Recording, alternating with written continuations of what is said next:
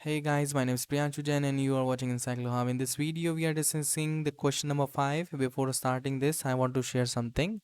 We are providing all the solution related to this course and other courses code also. If you need answers of these questions, so you can contact us on our WhatsApp number, which is showing on your screen, which below 9009368238.